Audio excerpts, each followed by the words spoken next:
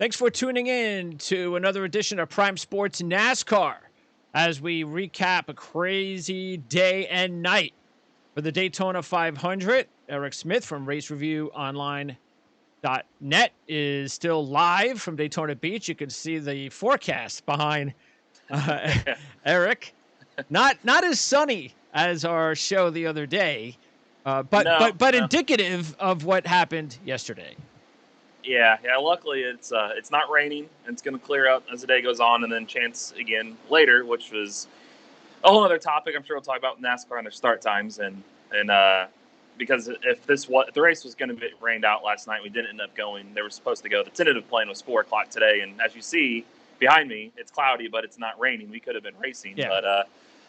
but yeah, 4:00. West Coast viewers. Nothing against you, West Coast viewers, but we're sick of them.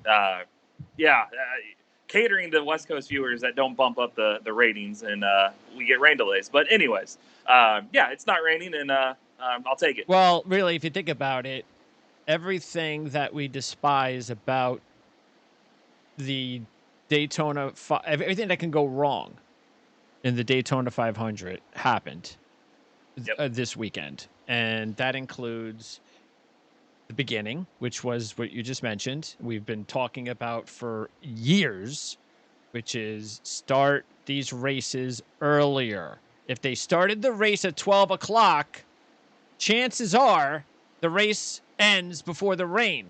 Correct, Eric? Yep. Yeah, or right at it. Like we this past year, it probably would have red flagged with just a few to go. Maybe it runs. Actually, this year ended just a few minutes quicker, so we probably would have got to the checkered flag or right around it. I mean, we would have been right there. Last year, same deal. We would have been right there. We wouldn't have had been rain delayed or a 5 hour and 40 minute and 29-second rain delay yesterday, or it rained completely to a new day last year because of the late start time. That's the exact reason why that happens, because we started so late. If we would have started at noon like it used to be, we would have the race done and people would have a normal day. But here they lose all this momentum. I just feel like last year was a big buzz. Donald Trump was here. The biggest crowd they've had in years. It was sold out, and then some with infield camping and all that by that nature. And huge buzz. It rains. You lose it all. It had a big rating on Sunday, and what they gained, they lost on the rain delay Monday.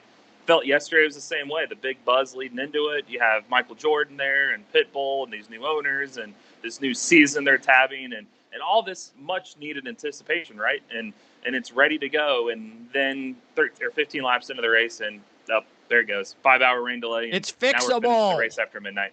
Not even like it's not fixable. You could talk about, well, we can't do this and that because the new car next year. And well, you can fix this. Just change the time. And we talked about this before. If I'm a West Coast guy, I want how awesome I can get up, have breakfast, and then I turn on the Daytona 500. Why wouldn't you want? And then you'll get the rest of the day ahead of you on the West Coast. I don't understand why West Coast people wouldn't want the race to start in the morning. The thing is, most West Coast people I've talked to want that. Yes. They're used to that. They like NFL and college football games. I love it. I love it when I can get up and there's really good events on the European tour and the top players are over there, or the British Open. I love that crap that I can get up and I can watch this stuff in the morning. I mean, I don't understand. This has got to stop. Somebody has to bring this. The problem is you won't hear anybody on the networks talk about it. They don't. And until somebody starts pushing back at this, what's NASCAR? I mean, they say they listen to the fans, and they've done a pretty good job of that. And I always give them credit for that. Well, here we go. Start listening to the fans regarding this because it's very, very important. Yeah, NASCAR's usually pretty transparent lately, but I want to see the numbers on this. I want to see how many West Coast viewers are really bumping this up, because when I see the overall rating, I keep saying, it's a 4 or a 5 or a 3 at races, and it's like, man, it used to be a 10, a 9, an 8, like up.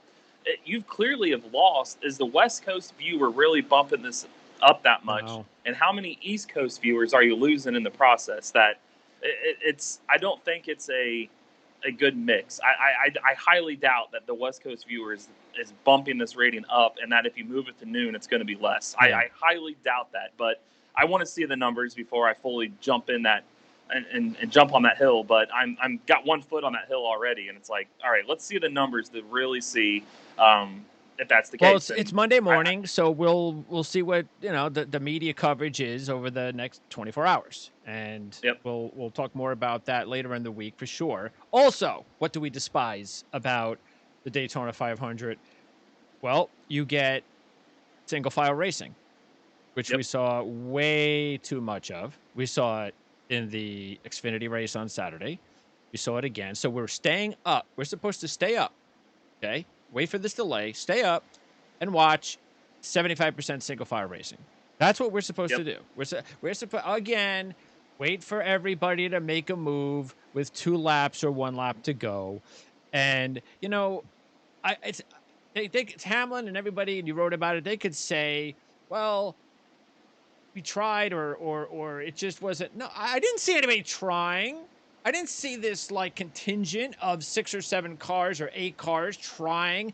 Look, it worked earlier in the day, so why wouldn't it work later in the day? Sure, maybe the outside, we know the outside was faster, but I don't believe any of that crap. It's just not good. It's not good for the sport, and I don't think they care, but it's just not good. It's not good racing. It's not Yeah. good for viewership.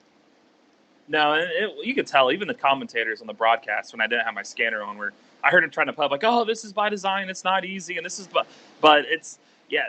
The whole race, once we got back going, was a single file parade, other than the end of the 2 stages and the last lap, Yep. and that's you had 3 laps. 3 of your 185 laps were crazy, and then the rest were it's a train. It's a high speed train up top, and I get why the first couple stages end up that way, because when we've talked about this in the past, these drivers at that point, they all want to be at the end. So they don't want to mix it up on lap 40 when they want to be there in lap 200. And so you get that train until the final laps. And the stage 2 finish, first through 13th, 6/10 of a second separated. It was a blanket. That was a great finish. But we didn't get anything like that until before that. It was just that last lap. And then I think the end of the race, from everything I've heard in the quotes and the Zoom calls and everything I gathered from being on site, the problem was you have to go back to the Hamlin pit sequence. The Toyotas really screwed themselves when they pit, and they were too far apart coming off pit road. And that does happen. That happens at these races. That's what takes away drivers that look like they are the better car.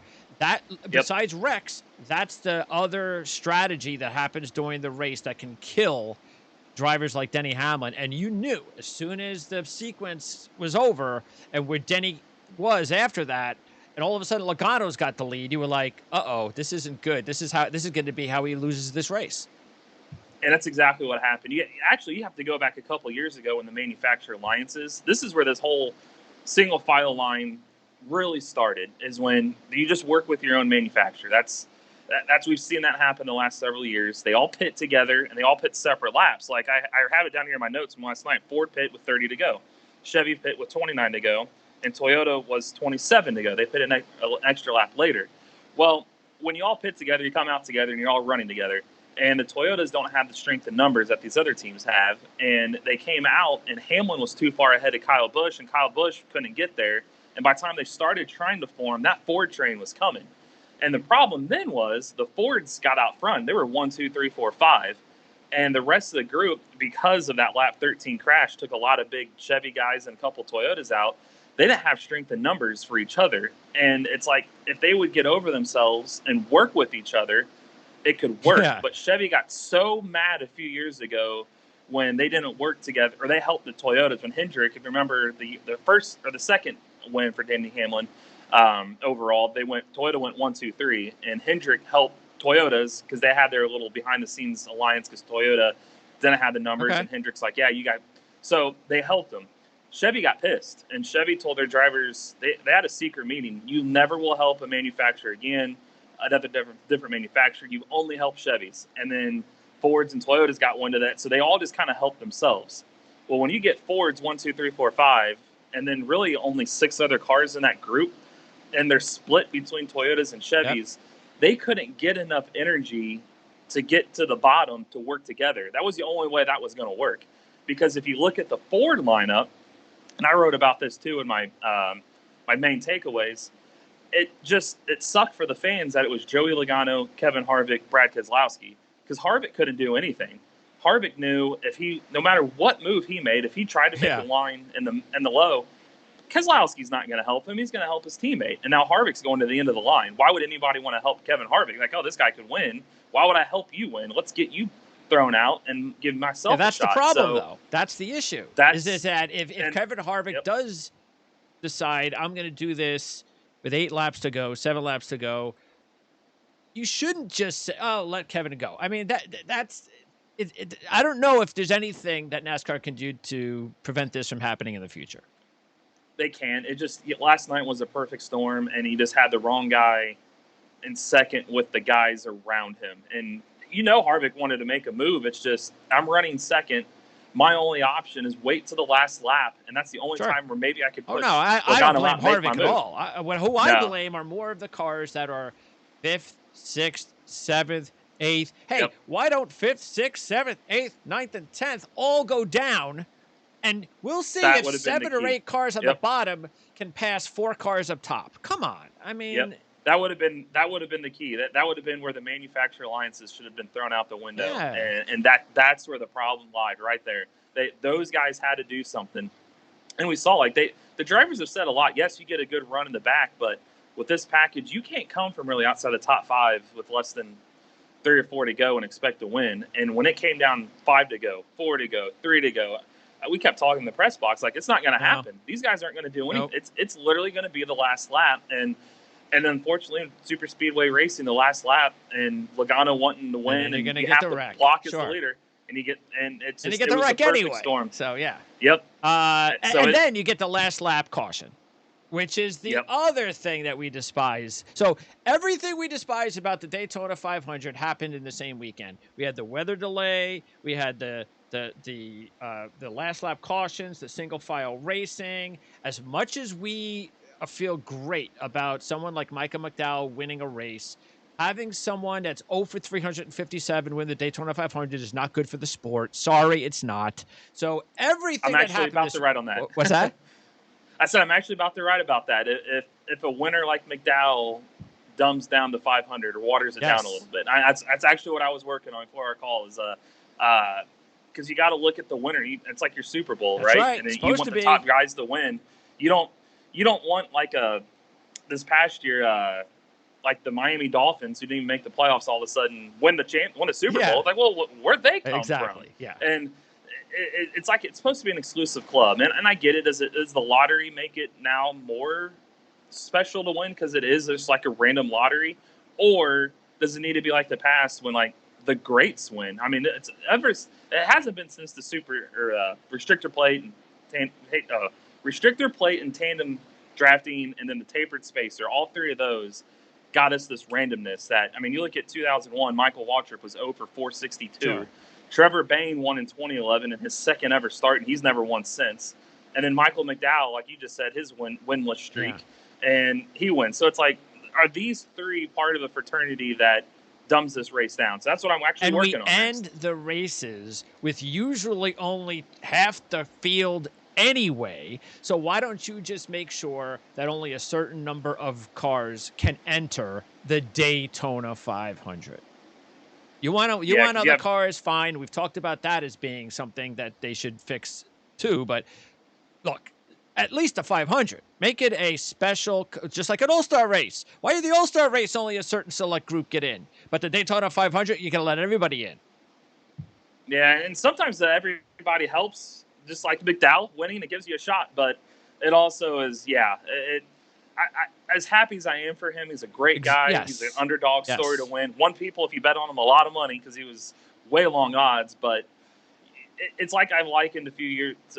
I think I said this in a previous show last year or whatever, that when you get the NCAA tournament, we all like to see the upsets. Sure. We like to see the Dukes and the Kentuckys and the Carolina. Everybody lose early. But when you get to the Sweet 16 and Elite 8, those are the teams you want to watch. Sure. We don't want to watch Belmont versus Oregon. Yeah. We want the Blue Bloods. And Daytona, you want the Blue Bloods winning. And it just, it worked out with an unlikely winner. And I think it's one that it's unfortunately not going to move the needle for him. All right. Now, let's go through this as quick as we can and recap everything that happened. First of all, the pre-race let's take a look at this. I took a snapshot of the weather because I knew, based on everything I was looking at with the weather, all the forecasting, that there were like these tornado warnings that were going on in north central Florida. And then the weather says on the Fox race day show, temperature 78, winds south 11 miles an hour, forecast cloudy. That's the forecast. When I saw that, I was like, well, do they know something I don't? Cloudy? Okay. Maybe they do something. But I knew better because I know how they just do they try and manipulate this weather thing throughout everything they do. And it's like, they try to play us for suckers is what they do. And I'm sick of it. Enough of it. Yeah. This was cloudy. What are you kidding me? Everybody knew it was going to rain. Even the teams and drivers, I listened to the start of the race, they're all being told, hey, rain's like 5 minutes out or 5 miles out, or it's coming in the next 20 to 30 minutes. Like everybody knew about it, except TV didn't want the viewer to know about it. And that was really weird. Same thing happened in the duel. They were talking about, I don't know why somebody's calling me. I'm sorry. Okay. Something. Got a nice little Skypey blue screen. Go ahead. There you go. Now I'm back. Now you're back. Ignore that call. In the duels, it rained between the first and second duel, and they didn't even talk about it for like an hour. Like, I think the viewer, I was getting tweets like, is it raining there? Because the broadcast isn't saying a word about it. Like what? What do you mean? They didn't show that it's raining? Because I had the NASCAR radio channel on, listen to the Titans and everybody try to tractor eye. And no, they never said a word. I'm like, that's bizarre because it's completely raining here and we're in a delay. They never said a word. And we're suckers. That's what they think. We're suckers. Yeah. But we're not. I can't believe they didn't. It. Yeah. I wish they would have been a little more honest. I don't know why they do that, but it's like they're tipping their hand. They know a rainstorm is going to kill the viewership. That's why they don't say anything about it. So it's like, we got to go back to, if you know this, why don't you move it up to a noon start to avoid this? This would avoid the whole situation. If you know a rain's going to kill your momentum, and so you don't mention it, why don't you move it back up to noon? Because you're kind of already speaking out of that side of your mouth, and it's like they won't ever learn, and that's why we get two we hope years so. They've listened to the fans. So like we're saying, listen to us now. It's just a matter of, I don't know what other fans are screaming as high as we are. I don't know. I mean, I can't imagine why they're not. So listen to the fans. Yep. All right, just quickly, I'm just going to show the two crashes before I let you go. The first crash I'm showing here, and this was Bell. Tell me whose fault this was. Was this Christopher Bell's fault? Kyle Busch's fault? Whose fault was it? It was Bell. Kyle gave him a good draft, but you could tell when Bell got into Almirola, Kyle wasn't on his bumper anymore. Kyle pushed him out there, but Bell, I call it maybe byproduct was only the second Cup start in Daytona, or as far as the second Daytona 500. He was too aggressive too early. These guys, and the guys, the quotes, Almirola and Bowman, and even Chase Elliott after the race was saying, yeah, they got a little too aggressive, a little too early. I don't know why they were doing that, especially with rain coming. We all knew. But he got too aggressive, bump drafted in Almirola instead of maybe just lagging off the throttle a little bit and bumped it back into and sparked it. Yeah, it was a crash that could have been avoided. All right, and then the end of the race. McDowell in tow, Dillon on the bottom. Runs on top. Now it's interesting because Almirola teammates around they go, and a hard crash. Kyle Busch then bumps Logano and starts the wreck. Caution is out to determine the order of finish at the moment of caution. Huge run. Went for it. Joey was obviously had to block. I was pushing him and hoping we can get far enough. Maybe where did that caution come out? Chase Elliott pulls ahead of Michael McDowell. Oh, look at the run he got right there, though. How that transpired was you have to go back to 2 to go. Keselowski, he's a smart super speedway racer. What these guys do, they manipulate the runs to where they half throttle it back and then let the leader, the car in front of them, get out there. They suck back into the car behind them, and then those two kind of tandem up and get all this momentum, and that car in front's now a sitting duck. That's exactly what he did to Kevin Harvick and with 2 to go. And Joey Logano saw that, and that's why he forced his way. That's why Kevin Harvick was basically just thrown out. I mean, they got past him, and they had too much momentum to where Harvick couldn't block. That's what Keselowski was trying to do to Logano. And Logano saw it, and Logano starts like, well, I'm not going to let him do that to me. So instead of him being full throttle, he's half throttle. trying to suck back into Keselowski, so Keselowski couldn't make the move. Keselowski got just enough momentum. It's the end of the Daytona 500. He's never won. He talked about how this was a race that he wanted to win. He was 0 for 11 entering last night's race. Logano knows that you have to be aggressive as a leader in last lap trying to block. They both talked about it, coincidentally enough, leading into the Daytona 500 and the media availabilities, that if you get to the end of the race of a Daytona 500, more times than not, you're getting caught up in a wreck. That's Daytona, that's Talladega, that's the nature of this business. But if you get to the end, you have to be aggressive and go for the win because it may never happen again. You may get caught up in a wreck the next 9 years. So both of them know that. Like Logano said, I don't even know who finished second in last year's Daytona 500. You only know the winner, and that's it. So you got those two guys running 1-2, knowing this is going on in their head. They just went for it, and I don't blame them. I'm glad they did to put on a show. Sure. But if I'm Roger Penske right now, I'm sick because I was 2 turns away from a 1-2 finish, and now I not only lost 2 cars. Austin Cindric was caught up in that too. That's a multi-million-dollar crash loss for them. Well, the other thing too, though, was as we wrap it up is the caution. All right, look, they have done such a good job over the last several years. We have commended them about not throwing the caution flag out on these final lap crashes. I understand what happened there as far as, it was a big wreck, whatever. I get it. It wasn't like, though, it happened in the beginning of the lap. It happened where we only had about, less than 10 seconds to go before the end of the race? And the clear other turn, Could you have just not... 10 seconds isn't going to cost anybody anything. So it was almost like somebody just, as soon as the crash happened, just choked and went, caution flag. Because it's like they didn't even wait. And the reason we know that is because they gave McDowell the win. Because everybody thought originally that, wait a second, McDowell must have been given the win as he came back to Elliott and passed him on the outside. But when they showed the snapshot, they gave McDowell the win within a second after the wreck. They basically just, caution goes out, and because McDowell had a lead for about a second, and then Elliott passed him. So it's I don't know why the thought process changed in that race last night. I think it was more, a lot of times NASCAR they've even said they'll want you to race to the checkered. And in terms of safety, I think they saw the fire. They saw Keselowski kind of get up near the fence. And I think they probably would have thought it would look distasteful of, hey, let's let the race finish and then we'll focus over there. I think it was. Why don't you do that first and let people say that? I mean, has anybody ever said that? I don't remember anybody saying that in the last few years. I know they talked about it in the media centers or press box, say, here's what's happened, but I don't think they've ever came out publicly. I do think it might have been a quick trigger. I think Monday morning quarterback sitting in my chair, I would say they're probably kicking themselves because they would have had Chase Elliott, their most popular driver, win the Daytona 500 because everybody walked away, ended up being a moot point. Keselowski, the fire was his fuel cell was shattered. Kyle Busch hit it, and that's what caused the fire. Everybody walked away. There were no injuries. It was in turn 3, so they would have been well slowed down enough time to get over there. This is my point, Eric. This whole thing about, so what you're trying to tell me is the rescue crew were basically just going to sit there until we're talking about the end of the last quarter of the lap of the end of the race. You don't need the caution flag to come out for the security people to start their move towards the drivers.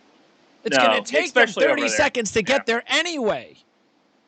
Yeah, especially over there. They could have let it run out. And I get, like you said, with the quick trigger, hey, bad wreck, quick trigger, let's end this thing. And let's be sure everybody's okay. But like you just said, looking at the end of it, I'm glad everybody's okay. It was a scary wreck, frightening wreck. If you would have had Chase Elliott win that race in that situation, to be fully honest, it's a bigger deal to have him being paraded than Michael McDowell. You know NASCAR. They get what they deserve. That's exactly what happened. Instead of getting Chase Elliott, you got Michael McDowell. And that's because, that would have been, honestly, probably you're maybe talking about maybe back to the Earnhardt Jr. Daytona 500 win is when popularity for a guy that Chase Elliott coming off of a championship season, winning the Daytona 500, that would have been huge for the sport. But especially at the time it ended after midnight, that would have got some people going. But well, we'll find out. Again, it's early on Monday. I am interested to see what everybody is going to talk about, especially Chase Elliott fans. So yeah. We'll digest all of that. I'm sure you'll write about a lot of that. You've already got a whole bunch of stuff up on racereviewonline.net. So check that out as always. Not sure when we're talking to you again. Of course, CJ will be with Friday, me right? on Wednesday. What'd you say, Eric? Are we on Friday? Well, we do Wednesdays. So if you're going to join us on Wednesdays, it's Wednesdays, then we're going to have our picks show every Wednesday at 4:00, I believe it is. So hopefully we'll see you with CJ on Wednesday, and we'll talk more about this in the beginning of the show as well. But between then, we've got your website. We'll follow you there. We'll see how the news. We'll see how it percolates between now and then, and we'll talk more about all of that between now and our next show on Wednesday. So Eric, appreciate it. Have a safe drive back home. And thanks for doing this all weekend. I know your schedule was tough and you were with the family, so it made it even tougher. Yep. No, I appreciate having me. It was good to get a little break and talk and have a beach behind me. And now I'm going to fly back tomorrow to a blizzard. There you go. So should be fun. Congrats. Yeah. Thank you. Thanks, Eric. Yeah. Thank you. Appreciate it.